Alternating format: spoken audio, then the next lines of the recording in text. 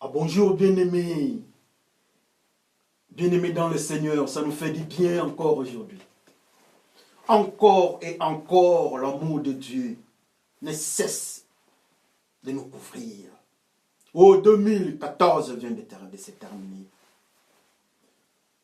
Nous sommes à la première semaine de l'année 2015 et c'est merveilleux. Ce n'est pas par une stratégie humaine que nous avons cette grâce. Ce n'est pas par un contrat. Louer encore une obligation du Seigneur de nous donner la vie. C'est par la grâce. La grâce de la croix, de notre ami Jésus-Christ. Nous en sommes reconnaissants. Combien aujourd'hui cherchent la parole de Dieu? Combien veulent vivre dans la parole de Dieu? Il y a de ceux qui sont bloqués dans le monde des extrémistes. Seulement à cause du nom de la chrétienté, ils sont persécutés. Là, nous remettons entre les mains du Seigneur les églises et communautés chrétiennes persécutées dans le monde. Ils sont persécutés à cause de Jésus-Christ. Mais nous, aujourd'hui, peut-être nous sommes dans la paix. Il y a de ceux qui sont persécutés encore dans la méchanceté. Nous parlons des femmes dans la République démocratique du Congo. Des femmes qui sont violées. Les enfants qui sont coupés, amorcelés. Les hommes qui sont abattus à cause de la méchanceté du cœur de l'homme. Oh, que le Seigneur se souvienne d'eux. Que ces pays soient dans la paix. Dans leur processus de paix dans ces pays-là. Que le Seigneur se souvienne de ces pays-là. Nous laissons encore d'autres phénomènes dans le monde. Quand nous regardons les gens en train de s'entretuer, il y a une pression raciale aux États-Unis. Un conflit entre les soldats, entre la police et la population afro-américaine. La dernière information, ça fait 2 jours, nous avons vu. Un enfant de 2 ans a tiré sur sa mère. Et sa mère est morte. Quelle histoire compliquée. Oh, ce sont les signes de la fin. Quel malheur. Combien de fois nous sommes en train de pleurer nos frères et sœurs, les âmes humaines, avec des accidents dans le monde asiatique. Et la dernière encore, cette situation malheureuse qui vient de frapper avec cet avion. Il y a des avions qui disparaissent. Il y a des accidents que nous pouvons comprendre. Il y a des bateaux qui prennent feu. Il y a les migrants qui sont en train de mourir dans la mer. Quel malheur. Il y a la guerre en Syrie. Il y a la guerre en Irak. Il y a la Libye qui a pris feu. Quel malheur. Il y a les cris d'alarme en Europe. Les Européens sont submergés par la présence des migrants. L'économie en train de basculer. Quel malheur. Les calamités naturelles ne nous laissent pas la place. Ce sont les signes de la fin. Nous sommes en train de voir, ça devient comme une blague. À la télévision suédoise, on est en train de nous montrer comment est-ce qu'on peut mettre des puces d'identification. Oh frères et sœurs, ce sont les signes de la fin. Mais quand le Seigneur nous donne grâce d'écouter sa parole, nous devons dire merci Seigneur. Prions le Seigneur. Qu'est-ce que nous pouvons encore dire? Souviens-toi de nous Seigneur. Nous sommes arrivés à la fin. Oh, maintenant même l'Union européenne est en train de se positionner pour l'État palestinien. La Bible nous dit que ce sont les signes de la fin. Maintenant, Jérusalem-Est est en train d'être proclamée étant la capitale de l'État palestinien. Nous aimons les Palestiniens. Nous aimons les Israéliens. Mais ce sont les signes de la fin. Oh Seigneur, nous sommes en train de voir l'aiguille aller vers la fin.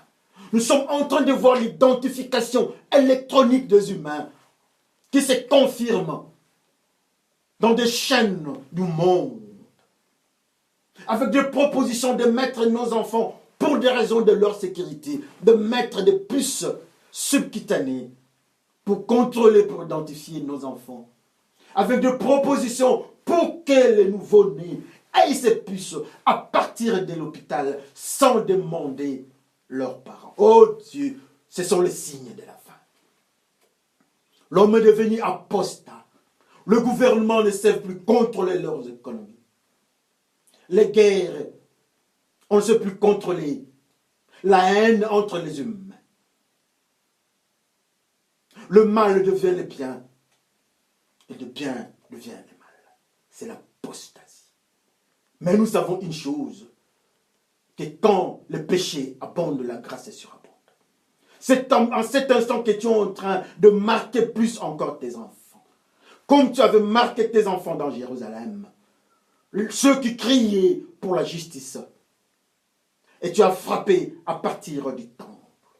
Les temples étaient remplis de la suie. Mais ceux qui te craignaient étaient en dehors du temple. Et tu les avais marqués. Seigneur, marque ceux qui sont tiens. Et ton nom soit glorifié. Gloire soit rendue en ton nom dans ce que tu fais. Saint-Esprit, viens nous enseigner. Père, par le nom de Jésus-Christ, nous te glorifions. Nous disons Amen. Amen, frères et sœurs. Ça fait du bien. Nous n'avons pas oublié nos frères de la RDC. Non. Ce n'est pas juste de voir les gens mourir comme ça. Non.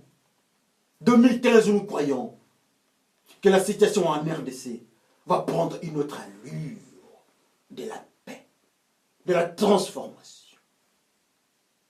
Oh, ce peuple est parti dans les quatre coins du monde, en train de fuir. Quel malheur pour ce peuple. Quel malheur. Nous prions toujours pour ce peuple. Nous prions toujours que le Seigneur se souvienne de ce peuple avec 6 millions de morts dans ce pays. Que personne ne parle, il n'y a que Dieu qui peut s'occuper de ce peuple. Les chaînes du monde ne parlent pas, mais Dieu connaît la vérité. Un peuple exterminé.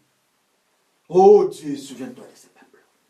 Souviens-toi aussi des autres peuples, Seigneur, qui meurent dans l'injustice.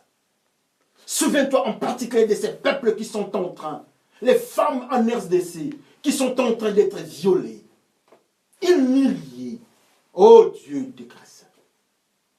Ce n'est pas un péché pour être femme. Nous bénissons ton nom pour ceux que tu as mis pour aider ces femmes-là. Le médecin, les ONG. Là où tu as mis à cœur de toucher à la protection de ces femmes-là. Nous te disons merci Seigneur. Nous te laissons le Nigeria aussi. Tu connais comment est-ce qu'on est en train de massacrer. Nous te laissons les peuples de Dieu qui sont en Irak, les Yazidis. Tu connais l'histoire. Nous te laissons les peuples, le chrétien, dans des zones des extrémistes.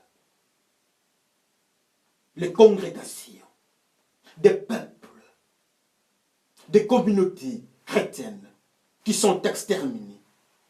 Souviens-toi de ces peuples. Donne la force à ces peuples. Que ces peuples-là continuent à te glorifier. Oh, nous te bénissons, Seigneur. Que le Seigneur vous bénisse, mes amis. 2015. Que le Seigneur nous bénisse dans le parcours de 2015. Qu'on se mette debout pour annoncer la parole de Dieu. Ceux qui sont assis, mettons-nous debout pour annoncer la parole de Dieu. La parole de Dieu est merveilleuse. Mettons-nous debout pour enseigner la parole pure, pour sauver les âmes. Les âmes qui sont en train de mourir, nous devons nous mettre debout. Ceux qui sont de Dieu, ils vont se mettre debout pour annoncer la parole, et la parole pure. La parole qui doit nous amener le jour de l'enlèvement. La parole qui va nous amener le jour de la transformation. Quand Jésus-Christ viendra, il va récupérer ceux qui ont mis la parole dans les cœurs et qui ont pratiqué cette parole. Nous avons besoin des leaders de l'Église qui se mettent debout pour annoncer la parole pure. Malgré les intempéries, malgré les menaces du monde, malgré les maladies, le Seigneur vient bientôt.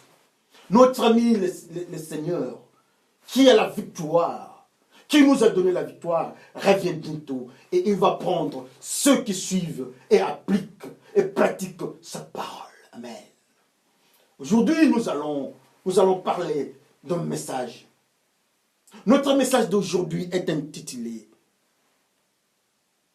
la prophétie des soldats romains.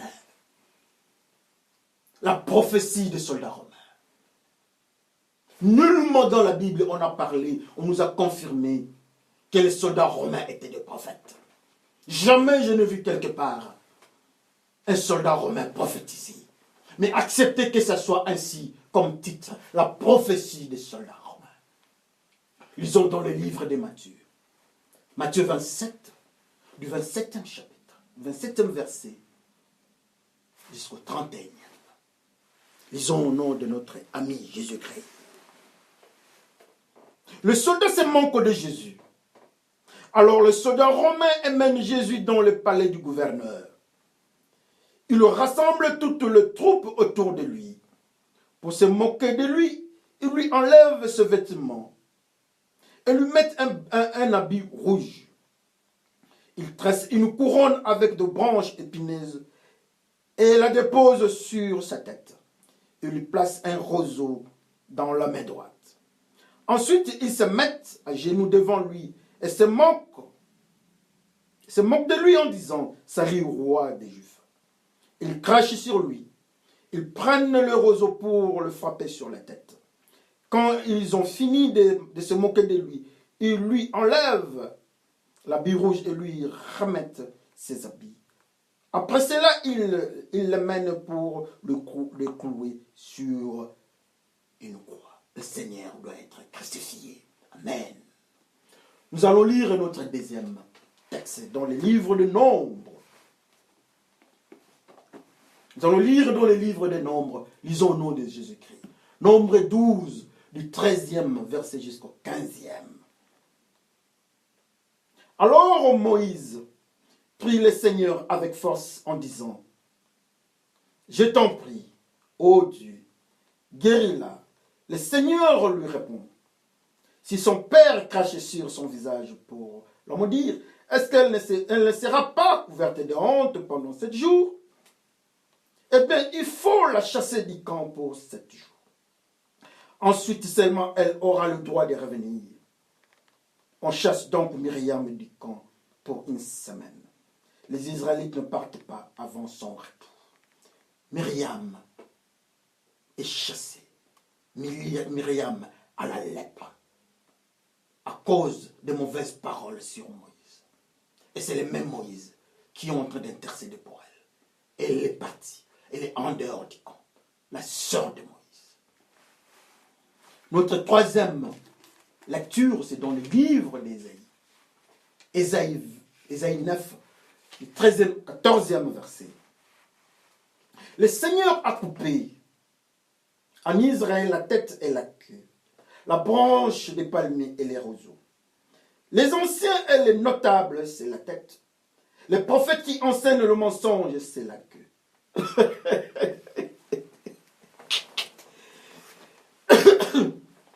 Frères et sœurs, c'est terrible de fois. Le peuple que tout le monde a peur, quand on voit les enfants d'Israël, tout le monde tremble. Tout le monde tremble au-devant des enfants d'Israël. Mais dans cet ensemble-là, dans ce regroupement-là, Dieu vient, il sépare. Il met 2 groupes. Il y a le groupe appelé la tête, les notables. Ceux qui annoncent la justice, ils sont la tête. Et il y a encore un autre groupe qui s'appelle la queue. Les prophètes qui annoncent les mensonges. Oh, le prophète qui annonce les mensonges. Donc même pendant cette période, il y avait des prophètes qui annonçaient les mensonges. Ne soyons pas surpris aujourd'hui. Et nous en avons beaucoup qui annoncent les mensonges. Ne soyez pas surpris. Ils s'appellent la queue. Ceux qui annoncent la justice. Le Seigneur les appelle la tête. Et c'est devenu une chanson dans nos communautés. Les impudiques dans l'église. Le méchant dans l'église. Le faux pasteur dans l'église. Nous tous nous chantons que nous sommes la tête. Le Seigneur est surpris. Il dit non, tout le monde n'est pas la tête. Ce sont ceux qui vivent dans la justice. Ce sont ceux qui vivent dans la pureté. Ce sont ceux qui annoncent la vérité du Seigneur. Ce sont ceux qui préparent le peuple de Dieu pour la venue du Seigneur. Ceux-là sont appelés la tête. C'est dans l'emballage là des enfants de Dieu, appelés les enfants de Dieu, enfants d'Israël. Il y a ceux qui sont la tête et d'autres qui sont la queue. Toujours dans cet emballage là. Que le Seigneur nous aide à comprendre. Nous avons dit aujourd'hui que notre intitulé, c'était la prophétie des soldats romains. Le Seigneur, notre roi, on lui dit toujours, dans la Bible, il est écrit que ceux qui les cherchaient voulaient trouver quelque chose pour l'empaler dans la destruction, pour les détruire, pour les tuer. Mais des fois, ils avaient peur. Ils ne savaient comment et par où commencer. Alléluia. Ils étaient dans la difficulté, tous ces gens-là. Une grande difficulté encore. Ces gens-là étaient dans une complication. Ils ne savaient là où mettre la tête. Le Seigneur était couvert de leur gloire de Dieu. Mais le jour où on a fait cette déclaration par un des responsables, ce mieux qu'une personne meure pour sauver le peuple.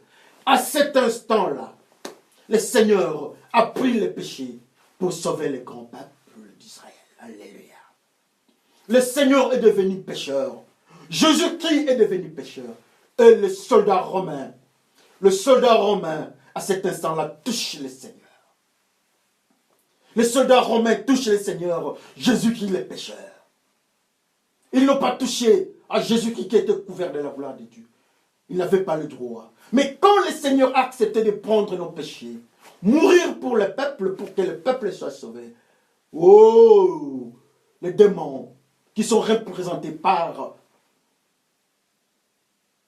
le soldat de l'armée romaine ont touché le Seigneur. Que cela nous enseigne. Que ça nous enseigne. Quand nous sommes dans les péchés, nous sommes à la merci des soldats, du monde des ténèbres, de l'empire de l'ennemi, des démons. Mais quand nous sommes dans la pureté, en aucun cas ils vont nous toucher. Ils chercheront à venir, mais ils seront bloqués. Et voilà, le Seigneur est devenu un pécheur et il est arrêté. Quand le Seigneur est arrêté, les soldats du monde sont en train de manipuler le Seigneur. Ils présentent un comportement. Et ce comportement que nous appelons la prophétie des soldats romains. Le soldat romain enlève la tenue de notre Seigneur. Le soldat romain met la couronne sur la tête, seulement sur la tête. Le soldat romain crache sur le Seigneur. Le soldat romain frappe la tête. Ils mettent l'épine sur la tête, ils crachent et ils frappent encore sur la tête. Ils n'ont pas frappé quelque part. Sur la tête, la Bible nous dit. Et la dernière dimension, le Seigneur vers la croix pour mourir. Comment le Seigneur est tombé? Les habits sont tombés. On nous parle des habits du Seigneur dès sa naissance, les bébés couverts de linge. On nous parle des habits du Seigneur quand il priait. Son apparence a changé. On nous parle des habits du Seigneur. La femme hémorragique, 12 ans de maladie, a touché cette robe. Elle est guérie. Mais aujourd'hui, on nous dit que le Seigneur prend nos péchés. Et cet habit-là, cette couverture-là glorieuse, partie. Oh, la couverture de notre Seigneur est partie. La gloire qui couvrait notre Seigneur est partie. Parce qu'il a pris nos péchés. Voilà le roi du monde, le soldat du monde, voyant le Seigneur au nom du péché, voyant le Seigneur avec la saleté de nos péchés, ils viennent enlever la gloire de Dieu sur le Seigneur. Est-ce que nous avons, nous, cette gloire? Le Seigneur est en train de perdre la gloire, a perdu la gloire, la protection de Dieu, parce que son nom, c'est le pécheur Jésus-Christ, l'imposteur. La tenue du Seigneur, la protection est partie. La guérison de la femme hémorragique est partie. À cause des péchés, à cause de nos péchés, sur lui, la gloire de Dieu est partie. Et les démons du monde touchent. Est-ce que nous pouvons nous regarder? Combien de fois nous sommes purs? Combien de fois nous sommes impurs? Combien de fois nous sommes dans les péchés et nous prions? Les démons n'ont pas peur de la prière. Les démons n'ont pas peur des jeûnes. Les démons n'ont pas peur de tout ce que nous pouvons faire. Les démons n'ont pas peur de non. Il est appelé le Seigneur des Seigneurs. Il est appelé le roi des rois. Il est appelé le lion de la tribu de Juda. Il est appelé l'étoile brillante du matin. Il est appelé l'ancien des jours. Le rejeton de David, la vie, les chemins et la vérité. Mais oh, le soldat romain prenne sa tenue parce qu'il est devenu un pécheur. Il est couvert de nos péchés. Frères et sœurs, aujourd'hui, combien nous prions, combien nous avons des titres comme le Seigneur Jésus-Christ. Combien on nous appelle bishop, combien on nous appelle berger. Combien on nous appelle anciens. Combien nous sommes fils ou filles de protocole. Combien nous sommes pasteurs. Combien nous sommes, je ne sais comment. Et le Seigneur a un grand nom plus que nous. Mais les démons, le soldat romain l'ont touché. Ce n'est pas à cause de titres ou de noms. Mais c'est parce que le Seigneur a accepté nos péchés. Aujourd'hui, est-ce que nous n'avons pas cette saleté? Malgré nos titres, malgré notre emplacement, la considération dans l'Église, la tenue du Seigneur est partie. Est-ce que nous avons cette tenue de la gloire de Dieu? Nous qui sommes appelés enfants de Dieu. Est-ce que nous avons cette tenue-là? La tenue qui a fait la guérison, la tenue qui a fait la gloire de Dieu, vient de se perdre à cause des péchés. À cause seulement des péchés, la tenue, la gloire de Dieu est partie. À cause des péchés, Adam et Ève se sont retrouvés nus. La tenue, la gloire de Dieu qui le couvrait était partie. Oh, le péché. Ils ont accepté l'homme. Ils ont accepté les diables. Comme conséquence, ils se sont retrouvés nus. La gloire de Dieu les a laissés. Alors nous autres aujourd'hui, dans des églises, alors nous autres aujourd'hui, dans nos comportements, dans nos manières, alors nous autres aujourd'hui, dans notre manière de vivre, les années écoulées, l'année passée 2014, peut-être nous étions dans la gloire de Dieu. Et voilà la première semaine de cette année. Est-ce que nous continuons à être sous cette gloire? Est-ce que nous continuons à vivre sous la pureté? Est-ce que la pureté peut se confirmer à nous? Est-ce que le Saint-Esprit fait confirmer que nous sommes enfants de Dieu? Est-ce que les gens peuvent dire que nous avons le fruit du Saint-Esprit? Oh, qu'on se regarde, le Seigneur a perdu la protection. Le Seigneur a perdu sa tenue. Le Seigneur a perdu sa robe. Le Seigneur a perdu la couverture spirituelle. Oh, le Seigneur est devenu pécheur. Et le soldat romain a pris la tenue. Le Seigneur n'a plus la couverture spirituelle. La prophétie des soldats romains. Tout celui qui est dans le péché, les soldats romains nous informent.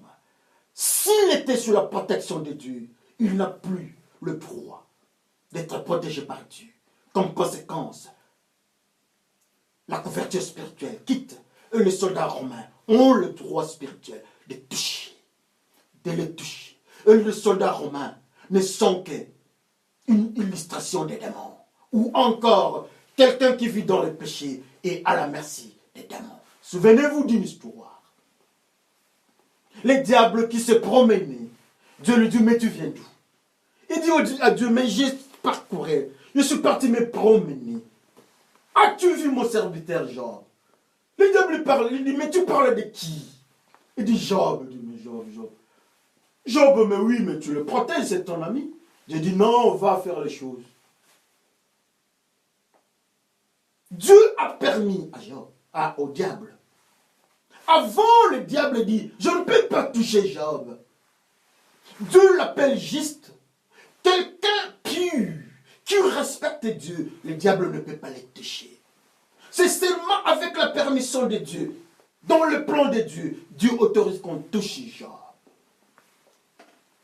Et ceux qui vivent dans la pureté, on ne peut pas les toucher.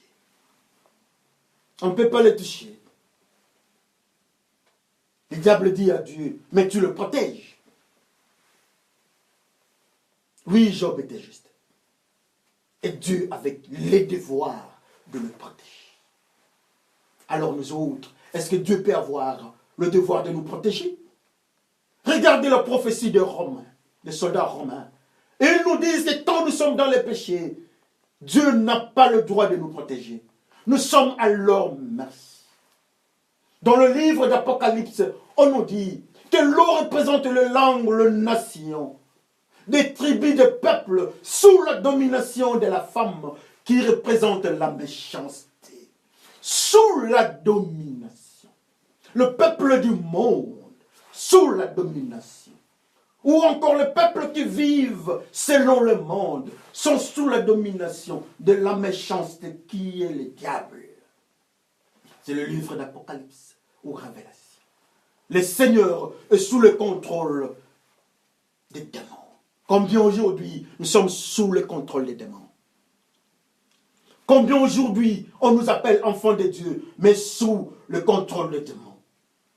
Combien aujourd'hui on nous dit que nous sommes les enfants de Dieu, mais sous le contrôle des démons? Combien aujourd'hui on nous appelle hommes de Dieu, lui on l'appelle aussi Seigneur, mais sous le contrôle des démons, le soldat romain. Frères et sœurs, la prophétie des soldats romains doit nous enseigner. Alléluia. Quel malheur. Le Seigneur prend nos péchés, il les reste nus. Et les soldats romains le prennent, ils le touchent, ils le manipulent. Ils ont enlevé les habits du Seigneur. Ils sont partis très loin, ils ont fait une couronne à épines. Suivez bien. Quand le Seigneur parle de parabole du semeur, il parle quelque part des épines. On jette les grains là où sont les épines. Les épines ne permettent pas que les plantes de la graine poussent, se développent. Ça étouffe. Les épines représentent tout ce qui peut étouffer la parole de Dieu. Tout ce qui détruit la parole de Dieu. Ou encore les facteurs satanico-démoniaques. Mais ils prennent ça, ils le mettent sur la tête.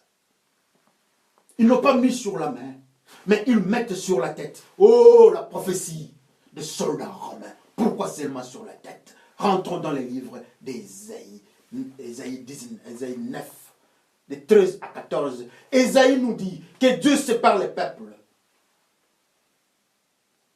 Dieu prend le groupe des enfants d'Israël, il divise ça, la tête à la queue. La tête, ce sont ceux qui vivent dans la pureté. Les notables, ceux qui annoncent la parole pure. Et la queue, ce sont ceux qui vivent dans le mensonge. Le diable est le père du mensonge, n'est-ce pas? Ou encore ceux qui sont les enfants du diable, les menteurs, les impudiques, ils sont la queue. Ça c'est Dieu qui dit. dans le groupe, dans le lot des enfants d'Israël. Frères et sœurs, est-ce qu'on peut se regarder? Est-ce qu'on peut analyser ces faits? Ces soldats sont en train de nous enseigner quel malheur dans la maison de Dieu. On nous appelle enfants de Dieu, mais Dieu dit non, ce n'est pas comme cela. Deux groupes dans ma maison. Il y a des menteurs, les enfants du diable. Souvenez-vous, Jacob, quand sa maman lui a dit de porter au bras,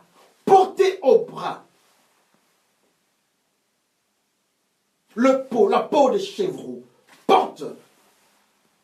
Elle dit, mais non, je ne peux pas faire ça. Je serai menteur au devant de mon père.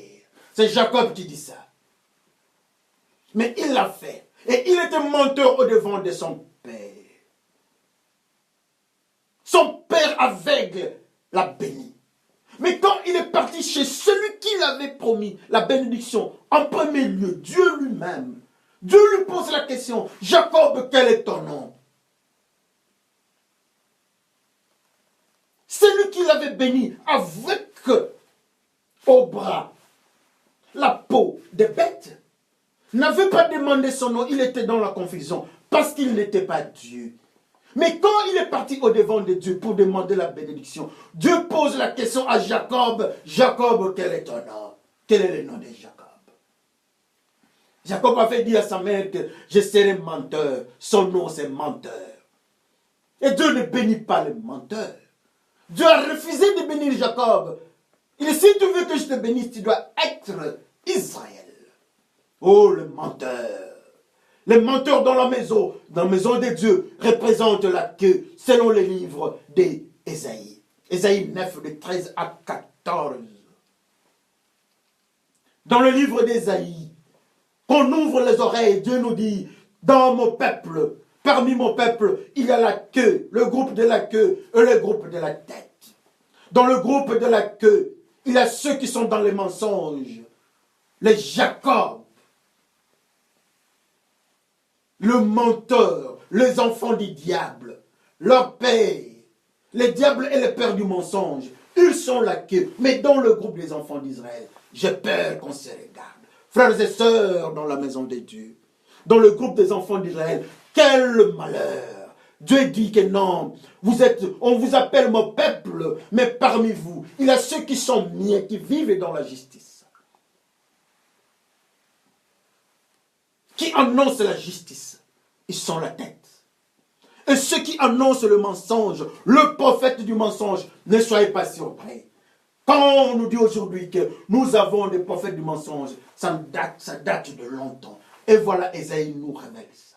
Quel malheur, la prophétie des soldats romains.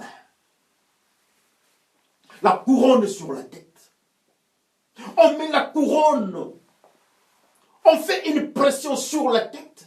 On nous dit que la tête représente ceux qui vivent dans la justice. Ou encore, on met la couronne, la pression, les démons touchent la tête. La tête qui ne devait pas être touchée. Mais la tête est touchée. Pourquoi la tête est touchée? Parce que la tête n'est plus protégée. Nous sommes la tête, mais la tête n'est plus protégée. Nous sommes sous le contrôle du démon. Quand nous obéissons Dieu, nous sommes la tête. Mais quand nous nous laissons dans le péché, même si on nous appelle la tête, le diable, les démons prennent le contrôle de notre vie. Oh, la tête est sous le contrôle des démons. Ils manipulent la tête. Ils manipulent la tête. Ils ont pris un chapeau d'épines. Ils ont mis là-bas. Le contact entre les épines et la tête, un phénomène se dégage. Les sangs coulent. Les sangs libèrent la tête. Les sangs qui étaient dans la tête. Dans les sangs, il y a la vie. Et la vie qui est Jésus-Christ. Son temple était la tête. Les sangs étaient dans la tête.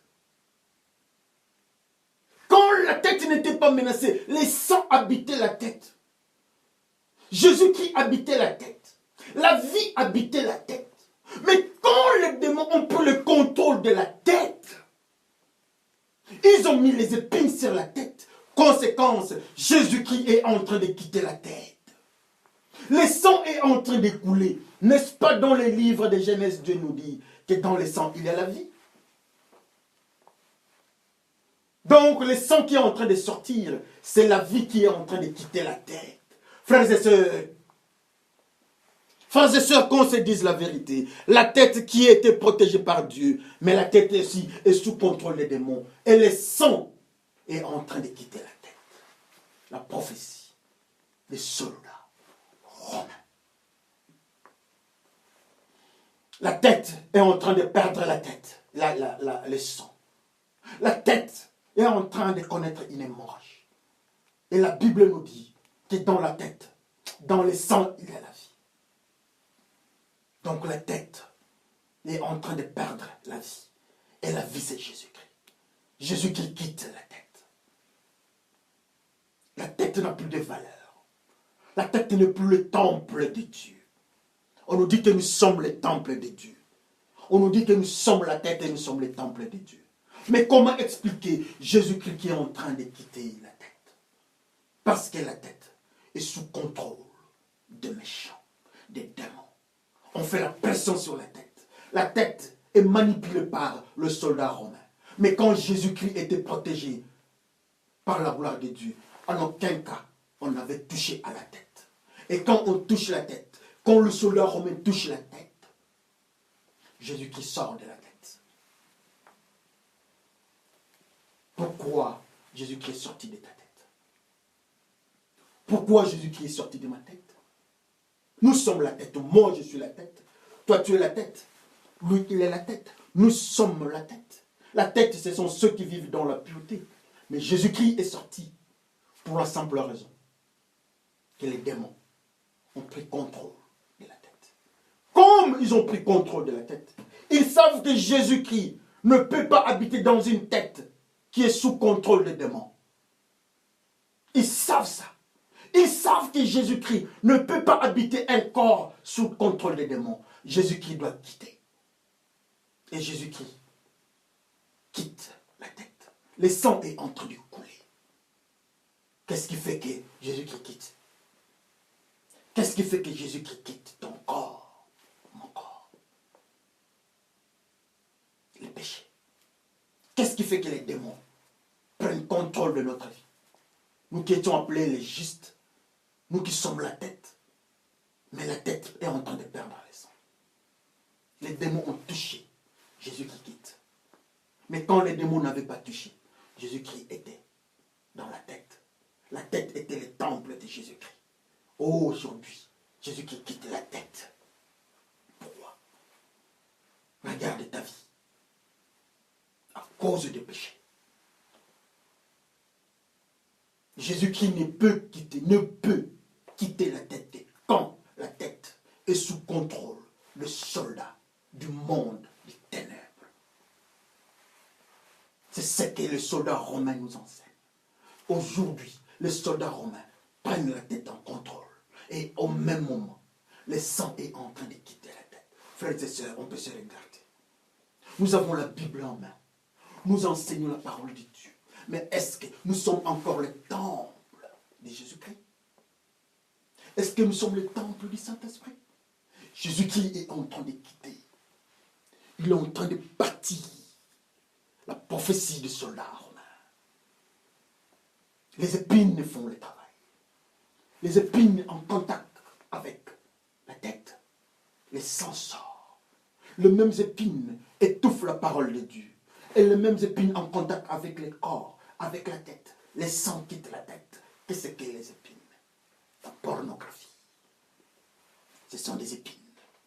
La haine. Violer les femmes en RDC. Vendre les armes aux États-Unis. Détruire les chrétiens. Utiliser le racisme comme arme. Ce sont les épines. Et tout celui qui est dans le viol des femmes, il est sous contrôle des démons. Malgré sa prière, Jésus-Christ n'est pas là.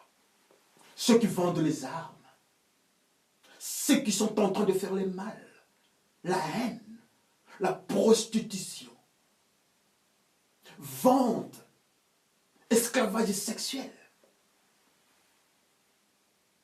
la drogue, l'alcoolisme, le tabagisme, vente des organes,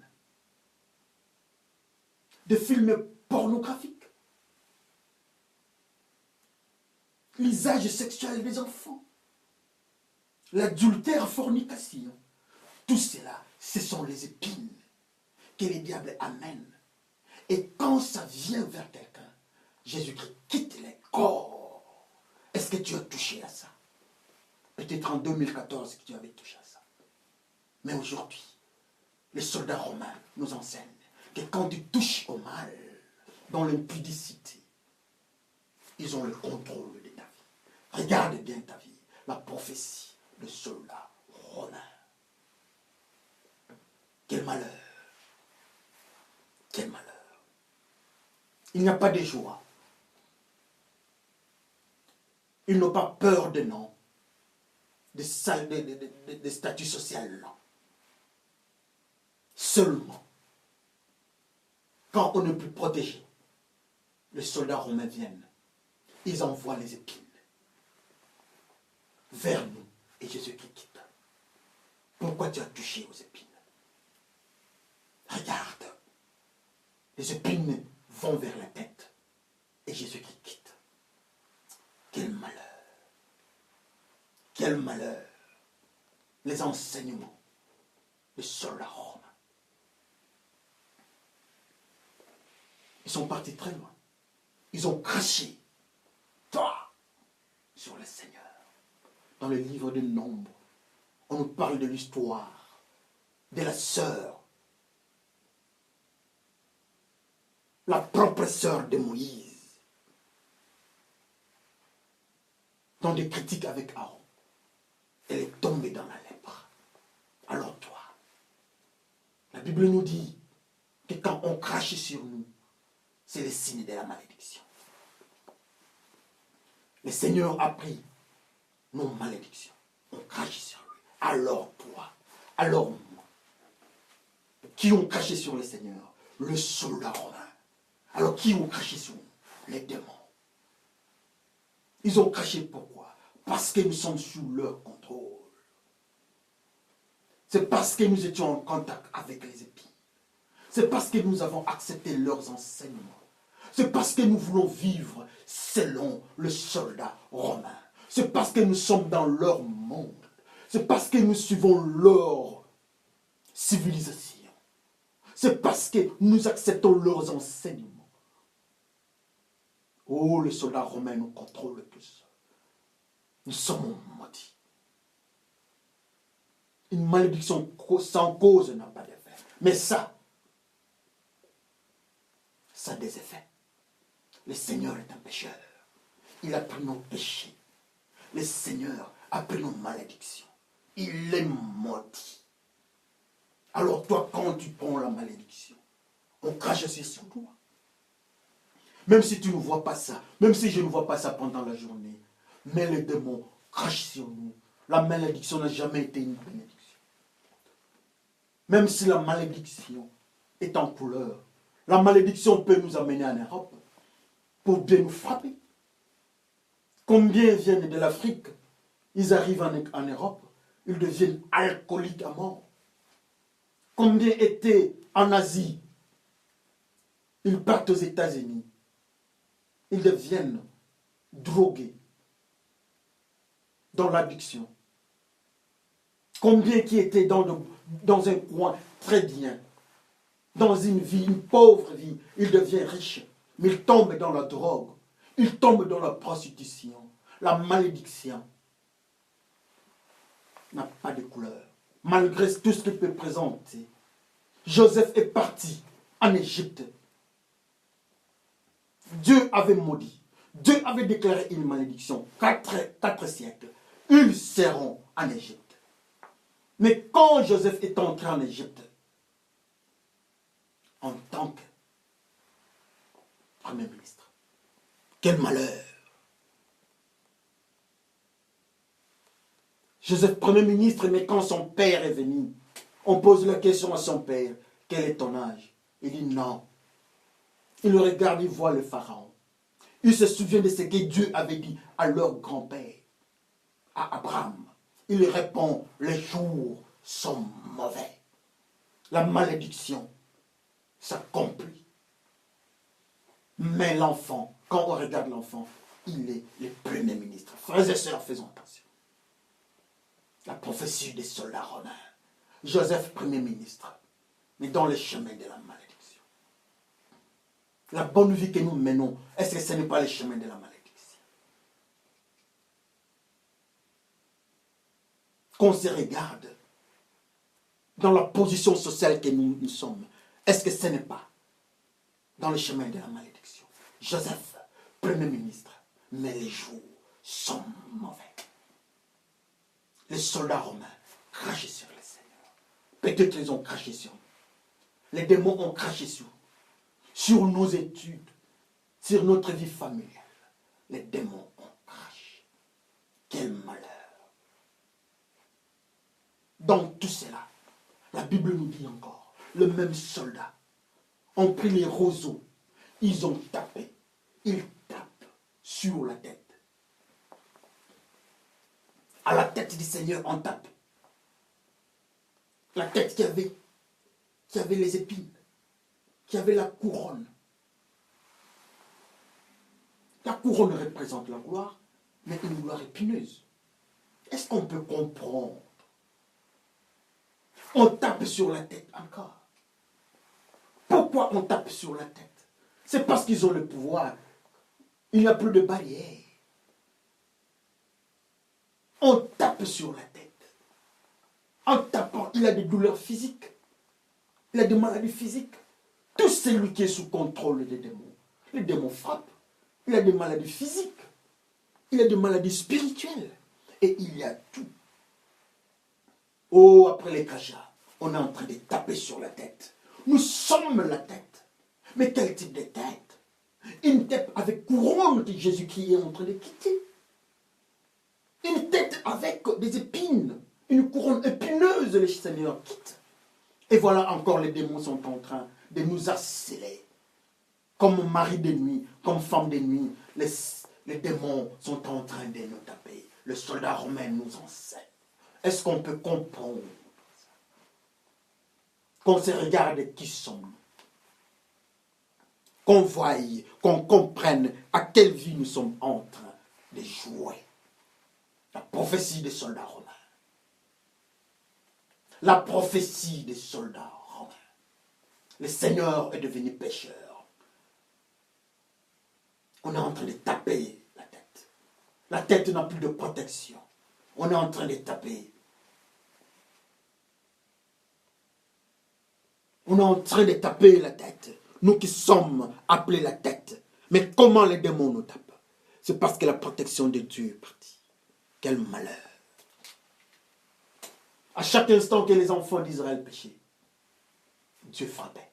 Et surtout, leurs ennemis venaient les attaquer. Quand les enfants d'Israël avaient obéi à Dieu, ils ont pris Jéricho. N'est-ce pas?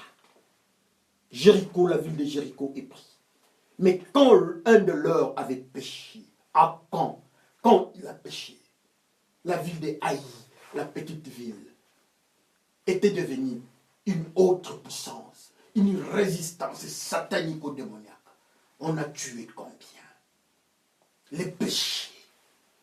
Pour prendre la ville de Jéricho, Dieu dit à Josué, dit au peuple de se sanctifier. Frères et sœurs, la ville de Jéricho est prise. Mais le même peuple qui était sanctifié est devenu impur avec Akan. La petite ville d'Aï n'est pas tombée.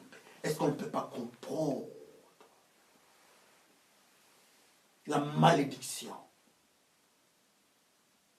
qui amène la résistance à la vie, à la ville d'Aï? On ne peut pas comprendre. La protection spirituelle qui était sur eux est partie. La petite ville, le soldat d'Aï, ont massacré les soldats israéliens.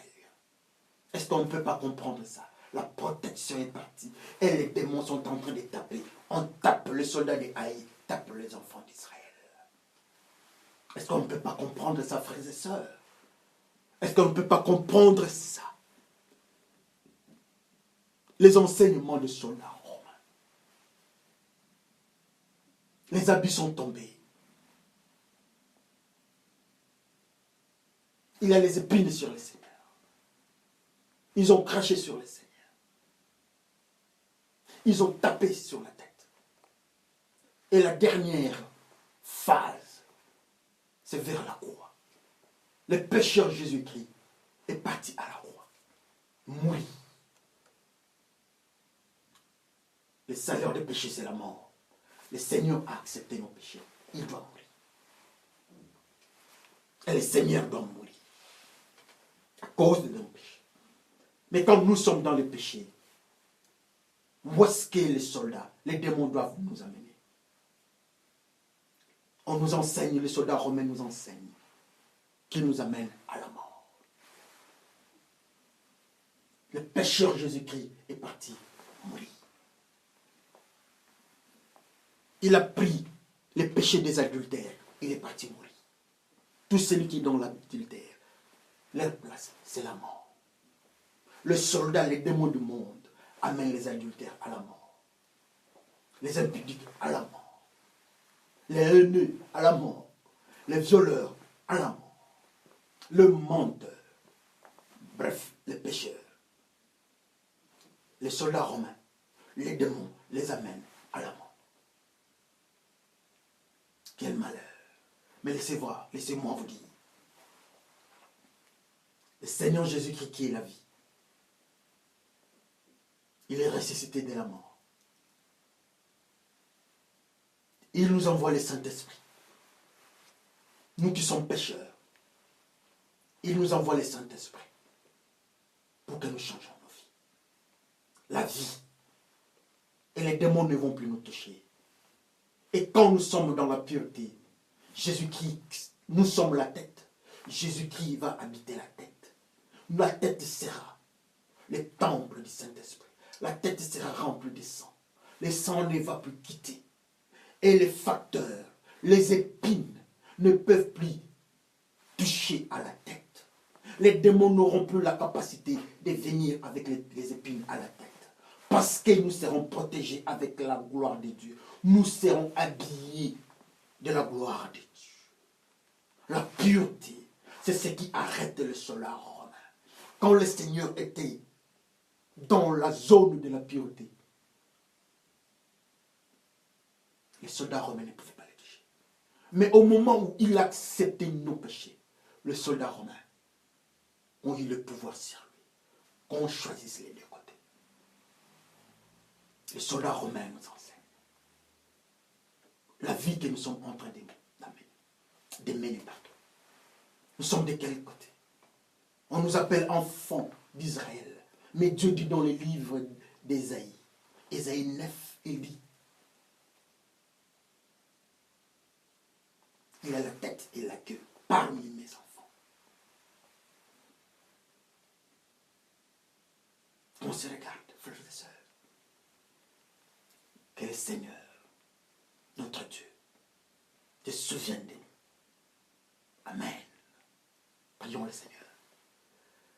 Dieu de bonheur, Dieu d'autorité, Dieu de justice. Merci pour l'enseignement. Oh Seigneur, nous sommes malheureux.